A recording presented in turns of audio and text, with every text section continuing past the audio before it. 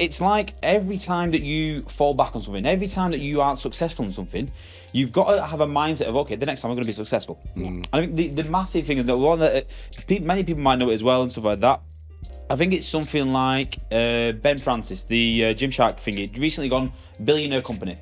And I think the Gymshark started from his mum's garage, was his 19th business. And he was dropshipping supplements when he first started. Was he? 19th business. Gym supplements, yeah. Wow. Before he actually moved into clothing. But I think the reason like most people are asking, you know, if this is a risk is because they want to be promised success. I think everybody, you know, the ideal world, the perfect world would be, start e-commerce and you'll be guaranteed success. But that's taking accountability off themselves and putting it onto someone else, which is you're going the opposite of, like, not even around taking risks, but like you putting yourself into something. If you're trying to get someone else to say, that I promise you that will work, are you going to go in and do any work? Like, that's taking it off yourself. But I also think that's the way. If you look at social media these days, people are selling you a dream. People are telling you what you want to hear. People are trying to take your money. So it puts a lot of people off when you're being real with people. Like, we get a ton of people that are very interested in what we do, but because we don't guarantee success, because we're realists, it puts them off, because this other guy on Instagram is guaranteeing success. You don't do the work. If you don't, for example, if you're not pushing your brand awareness through your social media, if you're not doing that on a regular basis to create the brand awareness, you just think post once a week, that's all fine. That's not going to do it. Exactly. You know, people are going to forget you before the next post comes around. You need to hammer your brand home to people. You need to be active. You need to kind of push that, and it's a direct result of your own actions.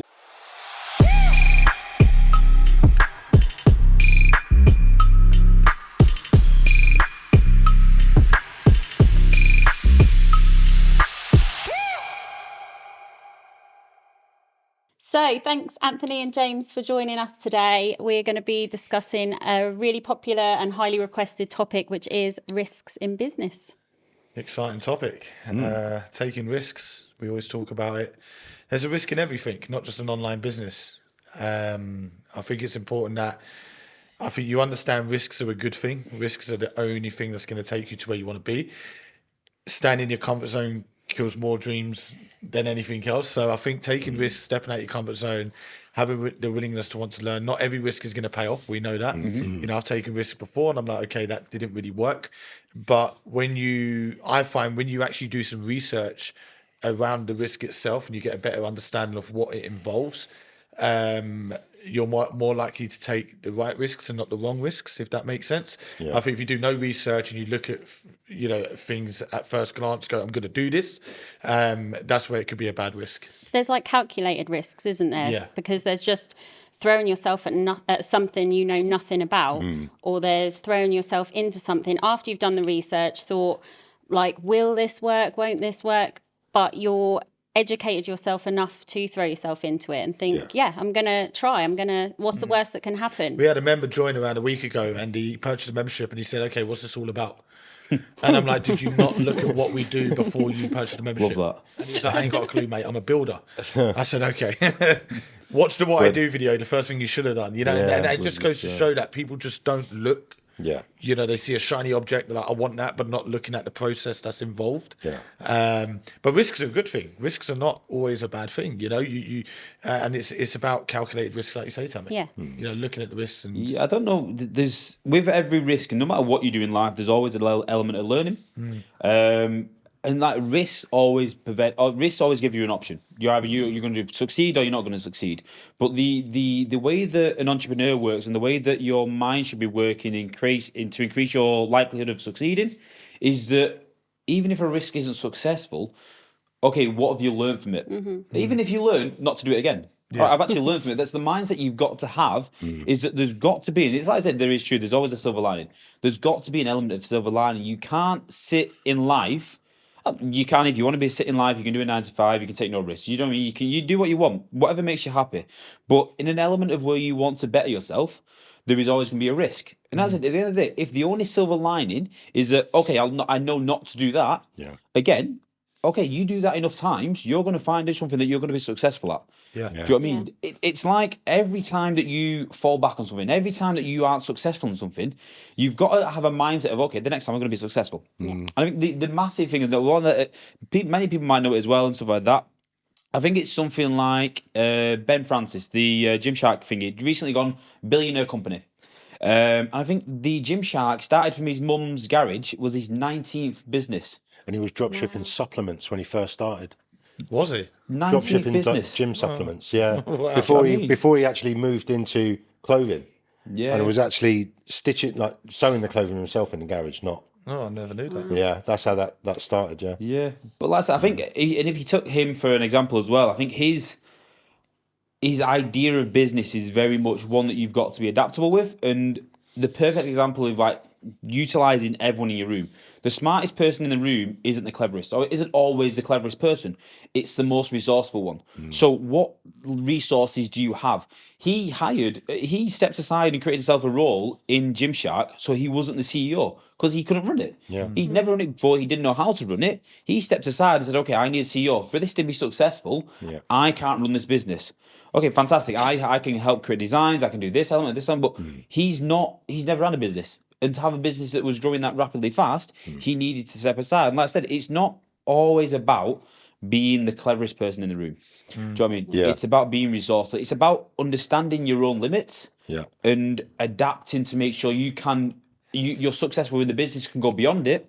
But like I said, sometimes and quite often, people stop themselves from growing because they have a sense of arrogance that they may not know about, but they have a sense of arrogance where they want that level of control. Yeah. Do you believe, though, there's no risk with hard work? If you was to take a risk and you put in the hard work and you graft, do you believe it's not really a risk? Because 100%. I think no matter what you do, if you work at it, I don't think there's a risk there that there isn't a reward that comes from it. Yeah, absolutely. Yeah. So there's definitely a reward that comes from it. It may not be what you want. I still think, and I still think there's a risk. So if you look at it from the perspective of, if you put hard work in, is there a risk that it doesn't work? Then yes, that risk is still there. Like some people will say, true entrepreneurship is when you create something new, when you are, you're going to do something that's never been done before. But to do that, you have to push the boundaries, and you don't know if it's going to work because that level of research that we talk about around whether like product and demand and all that kind of stuff, you don't always know that that's there unless you kind of do a whole load of market research, focus groups around, do you think this would be a good idea? But even with all of that, there's still a risk that you could do all of this work, bring a product to market, and it fails. But just because it's failed, that doesn't mean you have failed.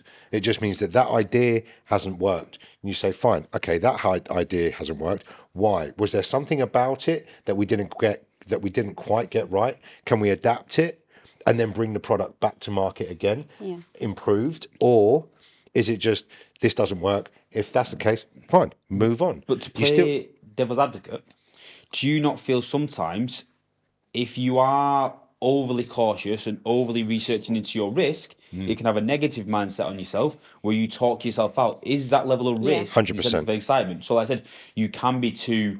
There's a fine balance. 100%. You've got to be able to, like I said, sometimes jumping into first and right. I said, and if you are going to take the risk, you can't just dip your water. You can't. You've got to go 100%. Like I said, you can't talk yourself out of it. I've spoken to a load of members recently that they're like, so I've been doing all this product research and I'm going round and round in circles and I've got 1,000,001 tabs open and I start looking at this product, then I'm looking at this product and I'm like, you're talking yourself out of starting. Yeah. There's that famous saying that says, oh yeah, that one. Yeah. a famous saying. It's really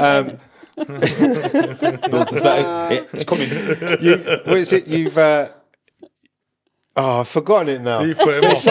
You have used bugger, but like it's something around. You've to be great, you've got to start.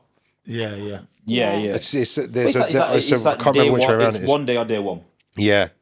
One day I'll do it, or today's day one. But I think the reason like most people are asking, if this is a risk, is because they want to be promised success. I think everybody, the ideal world, the perfect world would be, start e-commerce and you'll be guaranteed success. But that's taking accountability off themselves and putting it onto someone else, which is you're going the opposite of like not even around taking risks, but like you putting yourself into something. If you're trying to get someone else to say, that I promise you that will work, are you going to go in and do any work? Like that's taking it off yourself. But I also think that's the way. If you look at social media these days, people are selling you a dream. People are telling you what you want to hear. People are trying to take your money. Yeah. So it puts a lot of people off when you're being real with people. Like we get a ton of people that are very interested in what we do, but because we don't guarantee success, because we're realists, it puts them off because this other guy on Instagram is guaranteeing success. Yeah. But then to me, that's just saying, well, that's a scam because how can you guarantee success? A lot of the time when you see someone that says, okay, guaranteed results or I'll refund you. Yeah. Look at the small print. They've never refunded anyone in their life. There's one as well. And I know I was speaking to a guy and he said, okay, I'll build your store. If you don't make X amount over the next 90 days, I'll refund you. It was cheaper for him to buy the product so you get over that threshold of X amount. Yeah. So he'll just buy off your store and then he's made the money off you. Do you know what I mean? You don't look into that. Yeah. So essentially it may cost him, you pay £500. It may cost him £90 for the store and for the products. He's got some products off you, fine, fair enough. You've got a little bit of excitement, but you've over the threshold. Yeah.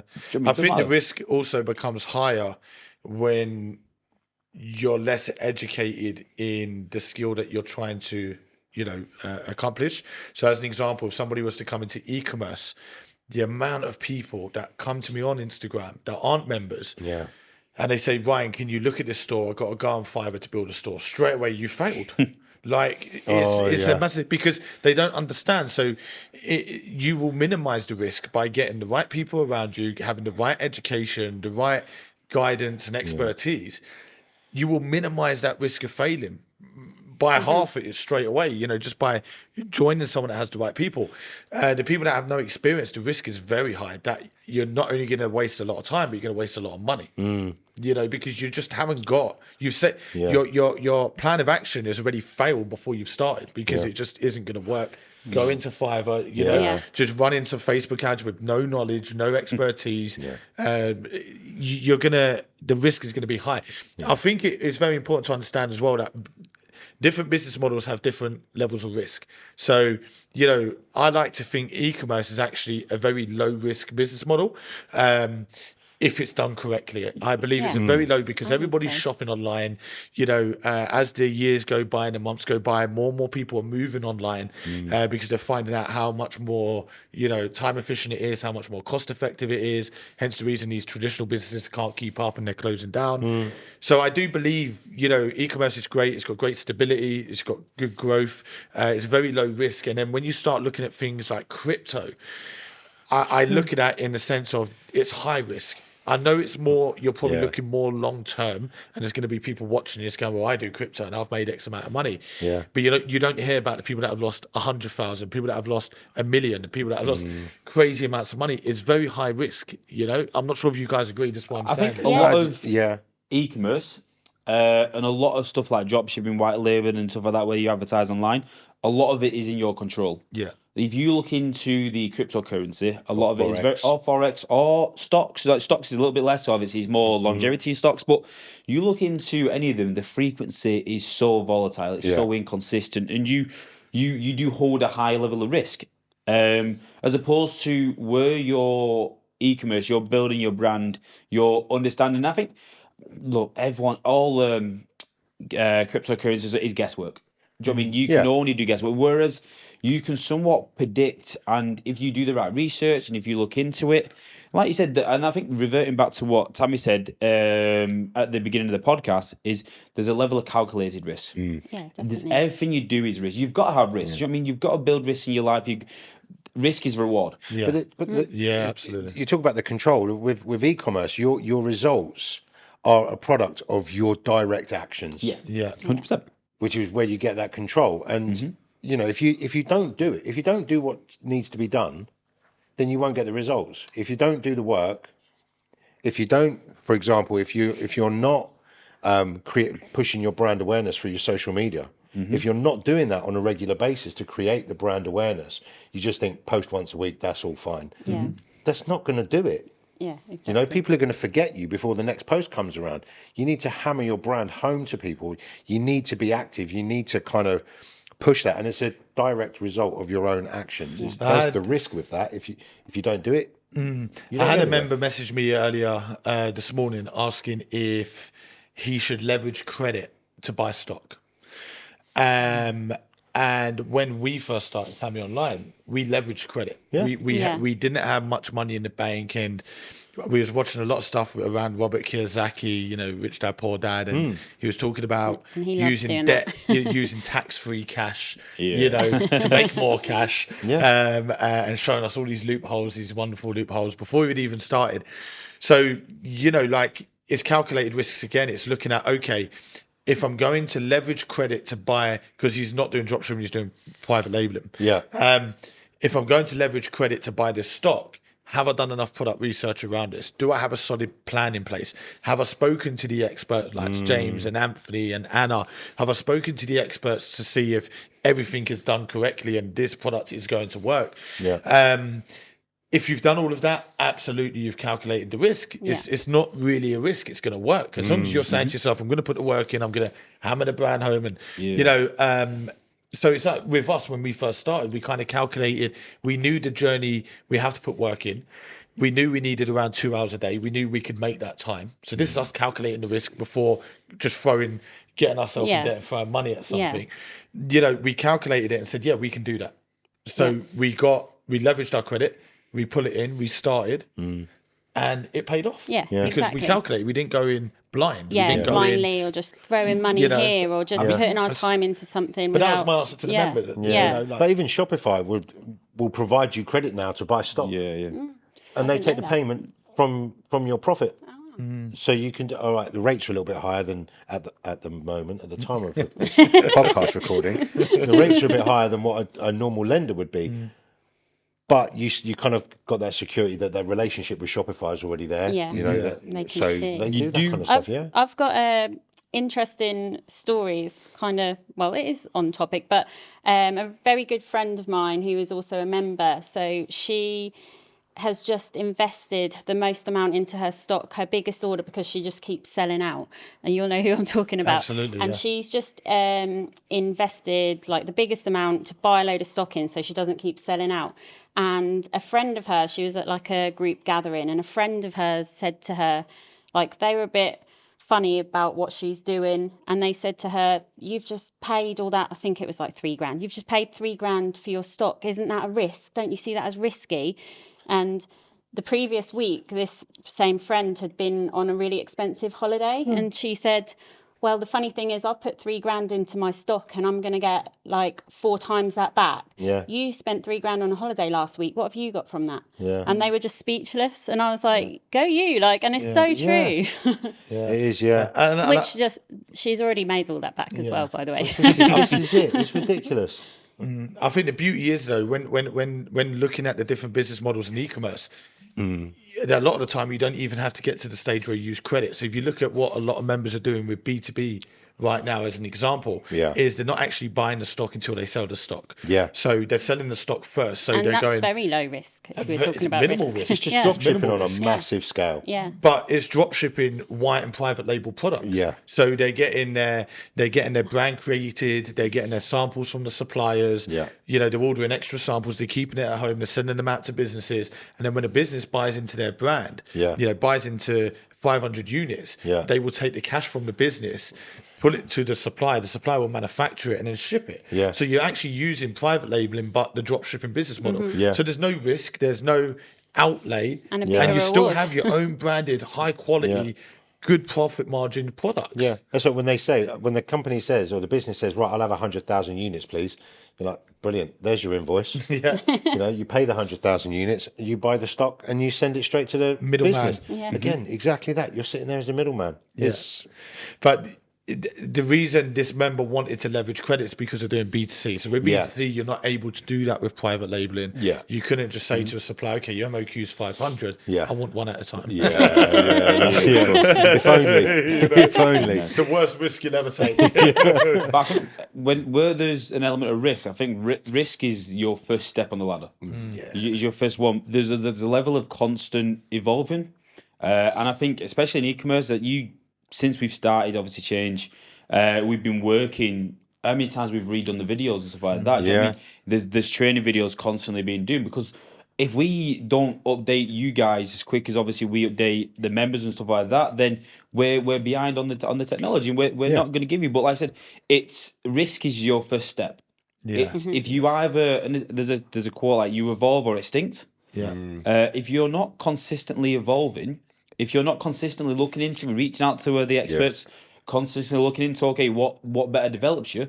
And again, you can also look into better development of your products. Just because your products is selling, okay, can I have a better quality of it? Can you, if you were dropshipping, you may go from China dropshipping to Portugal if you're doing a clothing brand, because it's better quality of clothing.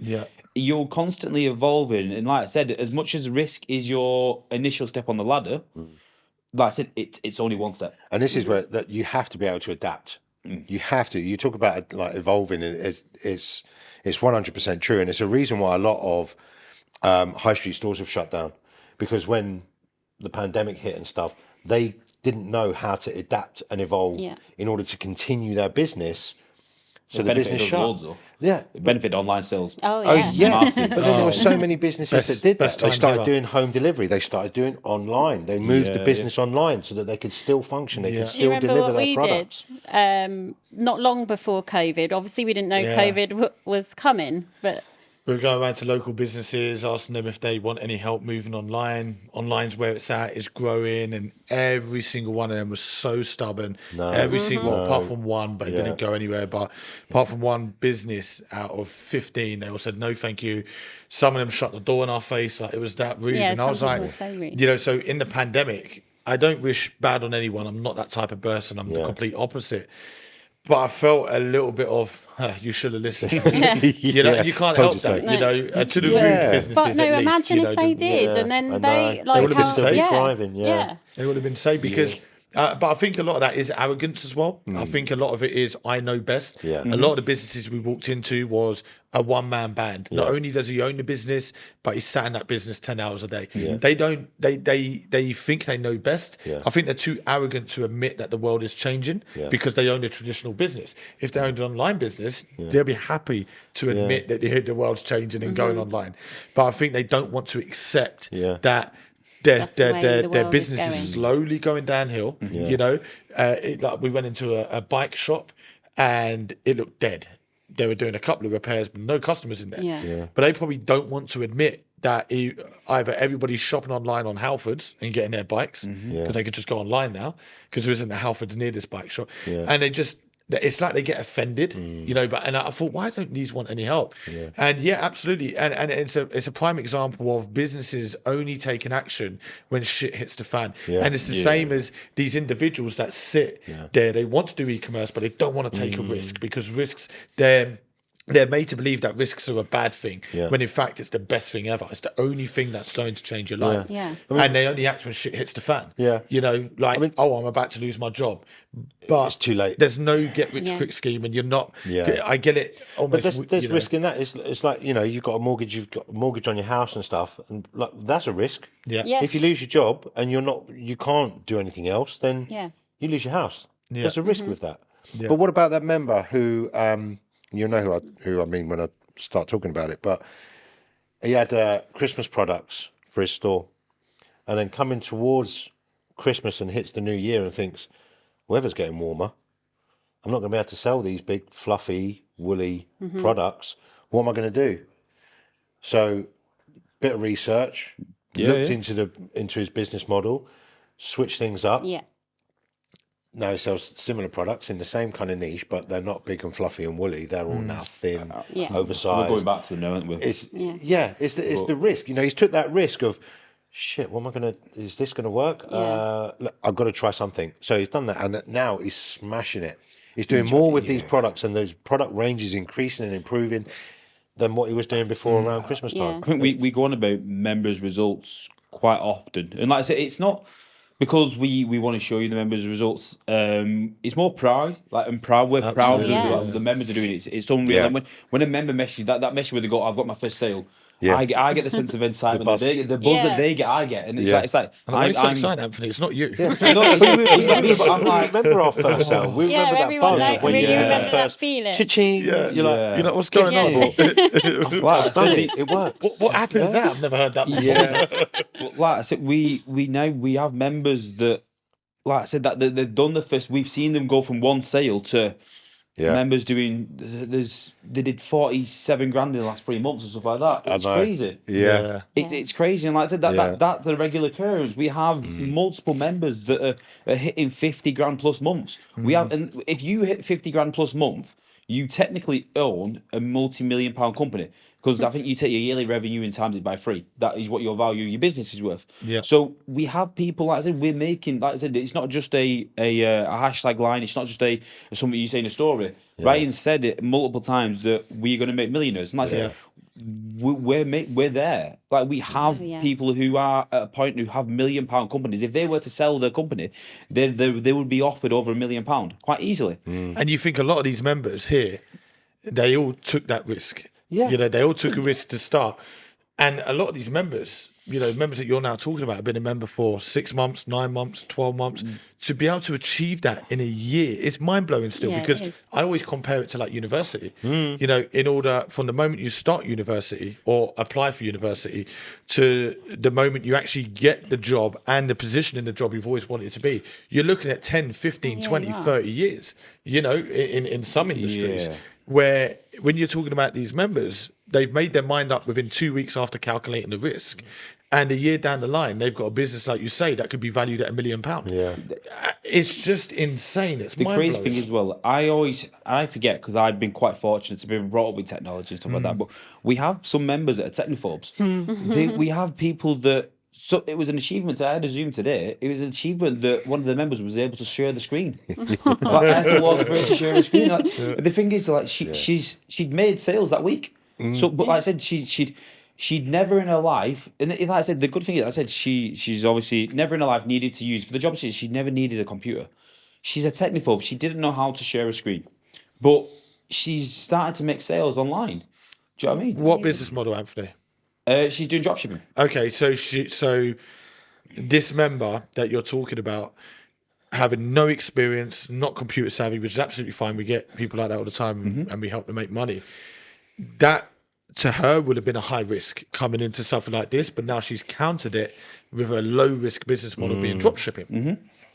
So she uses a platform, and like I said, we very rarely big ourselves up in terms of, like I said, I'm an expert, James is an expert. Do you know what I mean? Like we often say that the value that we bring speaks volume. Like I said, the results speak volume, which it does. Yeah, absolutely. But it's the excitement, stuff like that. Sometimes, look, I love seeing members make the 50k plus months, but I had such an excitement this morning when she learned how to share the screen. And I was like, she's achieving live stuff. Do you know what I mean? Like we're not just here to. Yeah. I'm not laughing at her. I'm laughing at how Anthony's I'm so excited for excited about It's it. how he's explaining it. Yeah, but I get excited. I'm like, Yeah. like I said, we as the culture we build, Yeah. it's so exciting to like just these little wins that Yeah. just make it so worthwhile. It's opening people's minds, which is the Yeah. biggest win. Yeah. Like if somebody come through here today and left tomorrow, as long as I've shown you there's a different way of making money, Yeah. you trading your time for money is the biggest scam ever. Yeah. You know, you working a 9 to 5 is the biggest scam, whether that's your own business or for somebody else.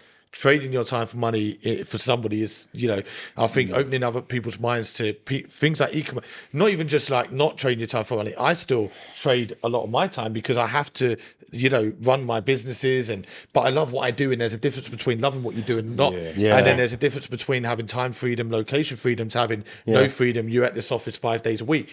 I think as long as we open people's mind to a different lifestyle and a different life and a different way of making money, and you'll make way more online than you'll ever make in a traditional business. Yeah. That's the achievement. You know, it's not about, okay, they did 100k and they only done 30k. Yeah. It's not about that. If you both have the freedom, you But both are everyone's able to looking do what you want. everyone has a different purpose and end goal as well. So, you know, if it's something small, like they just want to learn and have a little side, they really love their job, like that's achievable. But there's people that want to quit their jobs, which we've seen that as well, and make like the hundreds of 100%, thousands, and we've seen that as well. But everyone wants something different as well. But it's so diverse working online. And everybody, and like, you know, we've got members, we talk about like the big stuff and the small stuff, like you're saying. That's because everybody's at a different point in their journey. Yeah. You know, these people that are doing 50 grand months, at one point, they were like so excited for doing 5 sales in a week. Yeah. You know, they were there at some point. You know, it's they about were there celebrating 6 all months of it. ago. Yeah, what I mean? but then those that might have been at it for a year and are like, do you know what? I don't know what's going on. I don't know what's going on. And like, but they haven't used the support. They start using the support with us. We make a few tweaks and changes around strategies that they're doing, whether that's through their ads or whether it's like looking at conversion rate optimization on their websites and stuff like that. And before you know it, they're doing like 3-4 sales a day, and they're like, this is like night and day. But that's because we're here to provide the support. And if you're not using the support, don't try and do it by yourself. There's a risk of doing it by yourself. Comes back to what I was talking about with Ben Francis about who just wanted to do it all by himself. He realised, I can't. I need to step aside. I need to get someone to help me do this. It's the same with our members. It's use that support. 100%. Guys, thanks so much for coming through the podcast. Really appreciate it. I think it's been good. It's been a highly requested topic, this, about taking risks, leveraging credit, because it's not just taking a risk and getting started, it's everything, you know.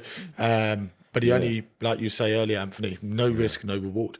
If you don't take a risk, you'll stay exactly where you are 5 years from now, 10 years from now. And you need to adapt, get with the times. Risks are good. If you calculate the risk, 100%. risks are the only thing that's going to lead you from A to B. I remembered that saying.